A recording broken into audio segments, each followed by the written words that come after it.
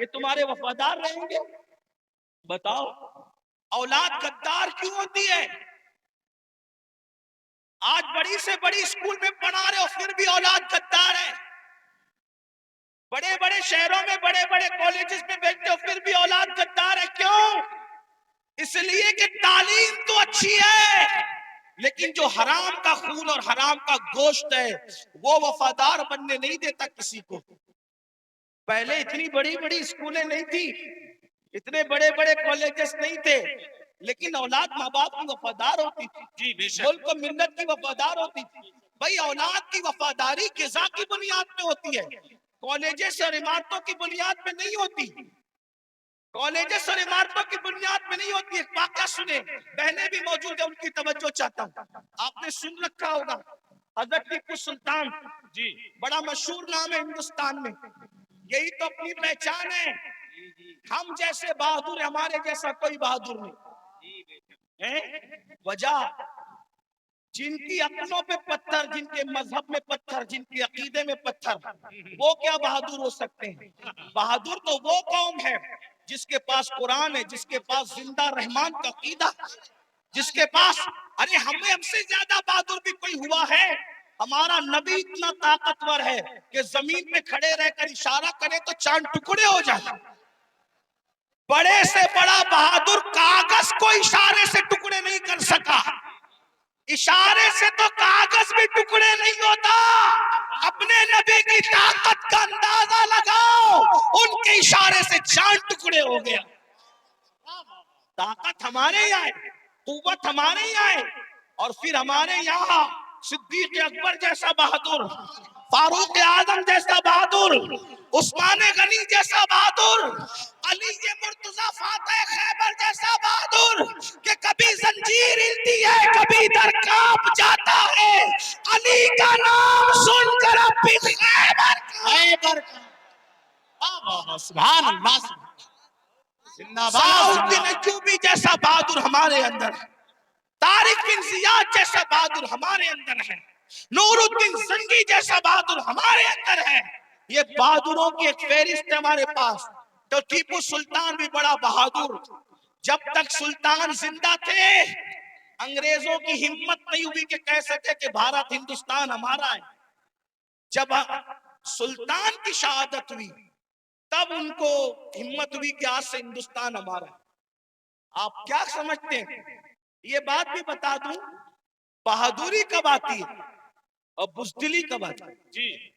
عشق رسول انسان کو بہادر کرتا ہے اور گناہ انسان کو بزدل کرتا ہے۔ جب تک مسلمان عاشق رسول تھے، سچے بہادر تھے، جب سے گناہ کرنے لگے بزدل ہوئے۔ اب سائے سے بھی ڈرتے ہیں، چھپکلی سے بھی ڈرتے ہیں، کتوں سے بھی ڈرتے ہیں، اسی لیے تو کتے تمہیں ڈرا رہے ہیں۔ کیا اشارہ ہے! جب تک تم کتوں سے نہیں ڈرتے تھے، بہادر تھے، کتوں میں ہمت نہیں تھی تمہیں ڈرانے کی، جب سے تم گناہ کر کے بزدل ہوئے، چھوڑ دو رات میں گندی فلمیں دیکھنا، بستر پہ پاپ کی فلم دیکھنے کی بجائے مصلی پہ رو کے دیکھ، جیسے اصحاب کہف کے پیچھے کتا تم ہلا کے چلا تھا، اب بھی کتے تیرے پیچھے تم ہلاتے ہوئے نہیں۔ نعرہ تکبیر، نعرہ رسالت، نعرہ حیدری، مسلک اعلی حضرت۔ مراد آباد والوں، ہندوستان میں رہنے والے کتے بہادر نہیں ہوئے، تم بزدل ہو گئے۔ بزدلی سے نکلو، کتا پھر کتا ہے۔ میں کسی کو نہیں کہہ رہا ہوں، میں تو کتوں پہ بات کر رہا ہوں۔ امید ہے کہ مراد آباد کے کتے اگر پاس میں بیٹھ کے سن رہے ہیں تو ان کو برا نہیں لگنا چاہیے۔ رامپور کے کتے اگر یہاں کہیں سنو تو برا نہیں لگنا چاہیے. جب وہ چند جوان, توجہ کریں کتے دم پیچھے کیسے ہلاتے ہیں, چند جوان, پاکیزہ جوان, متقی جوان, پرہیزگار جوان جب اپنا ایمان بچانے کے لیے دقیانوس کے خوف سے گھر سے نکلے تو وہ چپکے سے رات کو نکلے تو پیچھے کتا بھی ہو گیا. ان جوانوں کو خوف ہوا, کتوں کا کام بھونکنا ہے, اگر اس نے بھونک دیا بھونکے گا یہ, پکڑائے گا ہمیں. اس جوان نے پتھر اٹھایا, کتے کی طرف مارا, کتے نے پیچھے کے پیر پہ کھڑے ہو کے آگے کے پیروں کو ہاتھ کی شکل دی اور اللہ سے کہا مجھے زبان دے تاکہ تیرے وفاداروں سے میں بات کر سکوں. اور پھر کتے کو اللہ نے زبان دی تو کتا بول پڑا, او اللہ والے تجھے خوف ہے کہ میں بھونکوں گا, ہم کتے ہیں مگر پتا ہے کس پر بھونکنا چاہیے کس پر نہیں. نعرہ تکبیر, نعرہ رسالت, نعرہ حیدری, فیضان غوث اعظم, مسلک اعلی حضرت. اور یہ بات میں کسی کو طنز نہیں کر رہا ہوں, ہمارے قرآن میں لکھا ہے. اور پھر وہ کتا وفادار بن کے دھو ملا کے پیچھے پیچھے چلا, لیکن کتا تھا, کتوں کی برادری کا تھا, مگر مسلمان کا وفادار کیا ہوا, خدا نے اس کے لیے بھی جنت کا اعلان کر. پتا چلا تو کتنا قیمتی ہے مسلمان. تو اللہ کا وفادار بن, کتے تیرے وفادار. یعنی اگر تو گناہ چھوڑ دے کتے تجھ پہ بھونکیں گے بھی نہیں, کتے نہیں بھونکیں گے تجھ پہ. اگر تو سارا مسئلہ گناہ کا ہے, ہنسنے کی بات نہیں, گناہ چھوڑو پھر دیکھو زمین تمہاری فرما بردار ہوگی.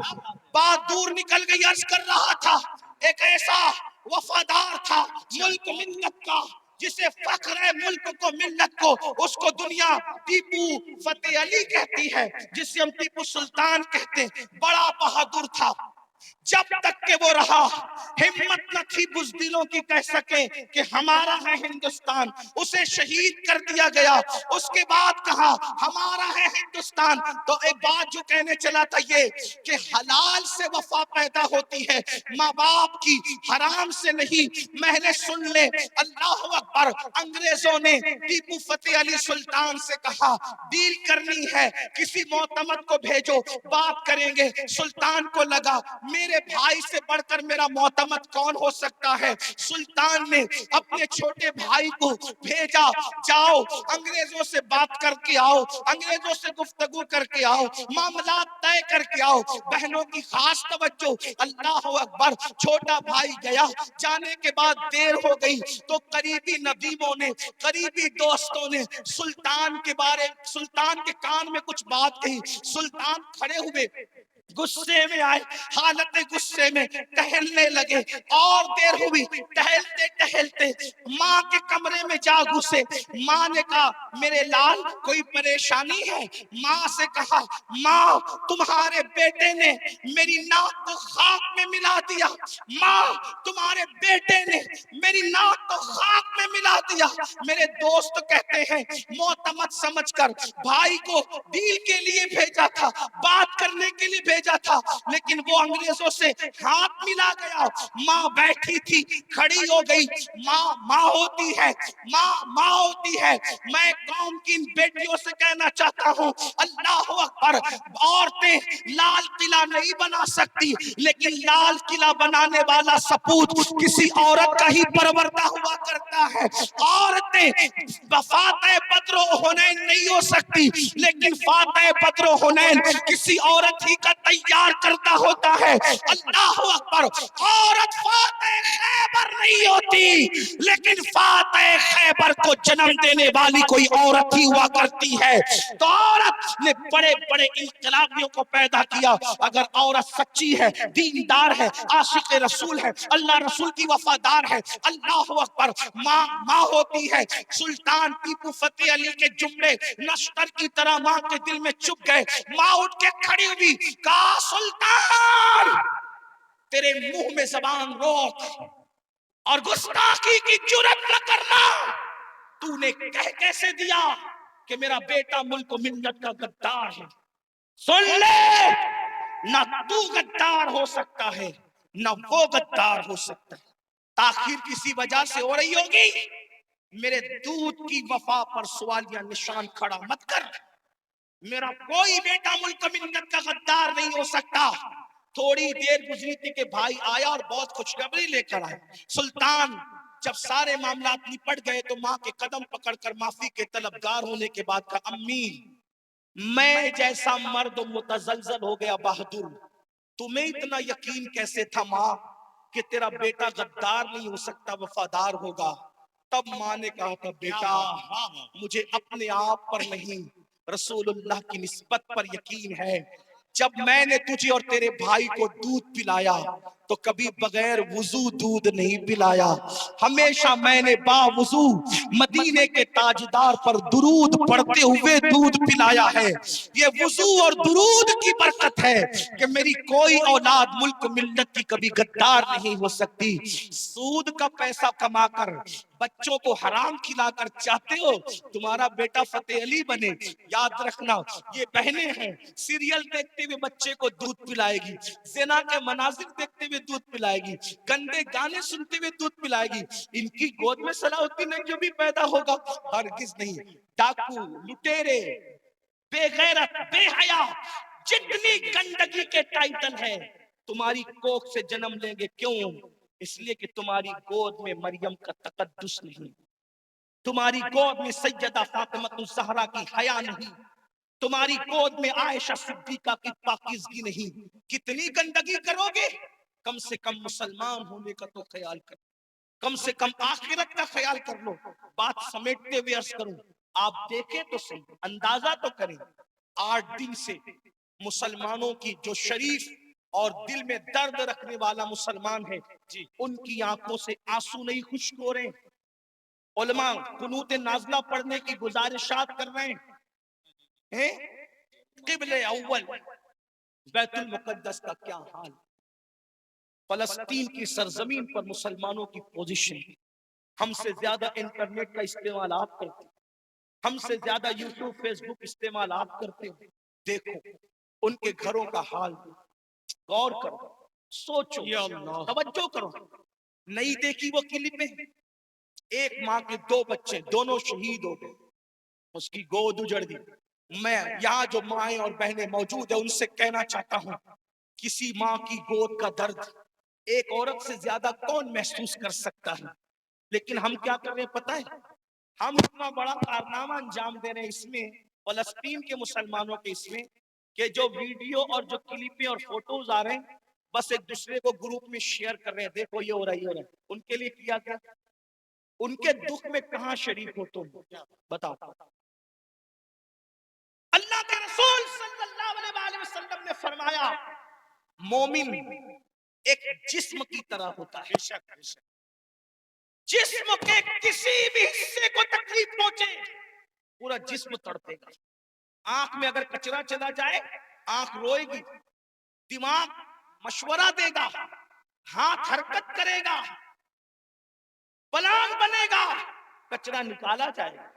وہ یہ کہے گا کہ نہیں، ہاتھ یہ نہیں کہے گا کہ مجھے تکلیف نہیں ہے میں کچھ نہیں کروں گا، دماغ کہے گا کہ مجھے کوئی پرابلم نہیں ہے میں کچھ نہیں کروں گا، مجھے کیا، میں ٹرائی نہیں. جب تک جسم میں جان ہے کوئی تک گزرو، پیر درد کر رہا ہے، آنکھ رو رہی ہے، دل دھڑک رہا ہے، حالانکہ آنکھ اور پیر میں کتنا فاصلہ ہے، ہاتھ بے چین ہو رہا ہے، دل کی دھڑکنیں تیز ہو رہی ہے. کب تک؟ جب تک جسم میں جان ہے. لیکن جان نکل گئی پھر اس کو مارو کاٹو کچھ بھی کرو، کوئی تکلیف ہوگی، کوئی درد ہوگا؟ نہیں ہوگا.